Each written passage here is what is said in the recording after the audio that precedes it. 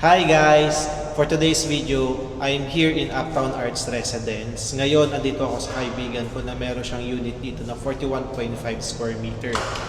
So, tara, tour ko po kayo. So, upon entering, tawagin ko muna yung kaibigan ko. So, ayun.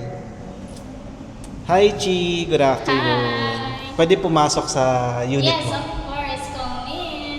So this is my studio unit here in Uptown Arts Residence, and this is a 41.5 square meter. So firstly, upon entering, of course, this is gonna be a smart home ready. Ready? Equip. So this is gonna be a smart home equipped, guys. So upon entering, this will be a three-way door access. Then here, turn right. This is my mini kitchen. So granite countertop, rectangular closet, and Stainless in sink. stainless sink by Frank, by the way. So all the furnitures, what I mean is all the deliverables are European deliveries. And by the way, guys, included dito. Wow, ang ganda naman yan. So it's by Goron Hay. So with the two doors, even a studio unit, may ganito ka na. So yeah, di ba? So perfect. Ano pang meron dito? Ano po to? So just come in. Ay, dito. Stop forward. Dito muna So pala. here is a two-burner cooktop.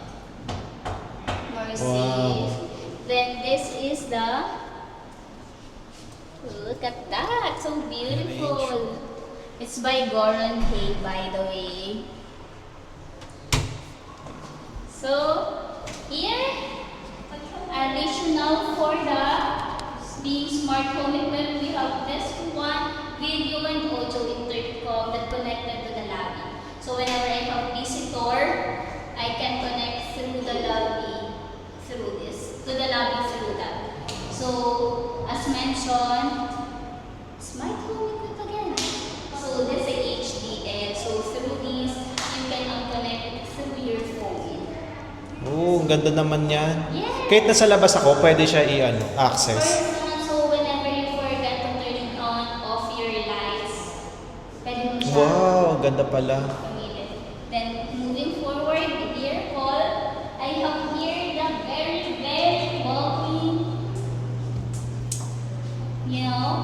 toilet and bath area. Wow, ang ganda ng CR. So comforting, right?